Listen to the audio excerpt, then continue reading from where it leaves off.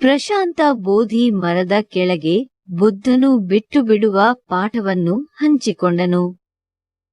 ಪ್ರಶಾಂತವಾದ ನದಿಯ ಮೂಲಕ ಸೊಗಸಾಗಿ ಚಲಿಸುವ ದೋಣಿಯನ್ನು ಕಲ್ಪಿಸಿಕೊಳ್ಳಿ ಎಂದು ಅವರು ಪ್ರಾರಂಭಿಸಿದರು. ಅದು ತನ್ನ ಪ್ರಯಾಣದ ಯಾವುದೇ ಕುರುಹು, ಅಲೆಗಳು ಅಥವಾ ಗುರುತುಗಳನ್ನು ಹೇಗೆ ಬಿಡುವುದಿಲ್ಲ ಎಂಬುದನ್ನು ಗಮನಿಸಿ. ಅದೇ ರೀತಿ ಜೀವನದಲ್ಲಿ ಆ ದೋಣಿಯಂತೆ ಇರಲು ಪ್ರಯತ್ನಿಸಿ. ವಸ್ತುಗಳನ್ನು ಬಿಡಲು ಕಲಿಯಿರಿ ಮತ್ತು ಅವುಗಳನ್ನು ನಿಮ್ಮೊಂದಿಗೆ ಕೊಂಡೊಯ್ಯಬೇಡಿ. ಭಾರವಾದದ್ದನ್ನು ಬಿಟ್ಟುಬಿಡಿ.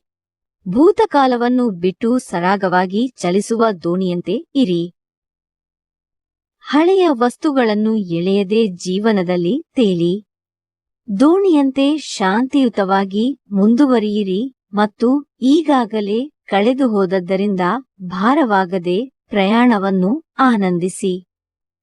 ನೀವು ಈ ರೀತಿಯ ಹೆಚ್ಚಿನ ಸಣ್ಣ ಕಥೆಗಳನ್ನು ನೋಡಲು ಬಯಸಿದರೆ ನಮ್ಮ ಚಾನೆಲ್ಗೆ ಚಂದಾದಾರರಾಗಿ ಮತ್ತು ನಮ್ಮ ಕಥೆಗಳನ್ನು ನಿಮ್ಮ ಸ್ನೇಹಿತರು ಮತ್ತು ಕುಟುಂಬದೊಂದಿಗೆ ಹಂಚಿಕೊಳ್ಳಿ. ಅವರ ಜೀವನದಲ್ಲಿ ಸಂತೋಷ ಮತ್ತು ಸಂತೋಷವನ್ನು ತರಲು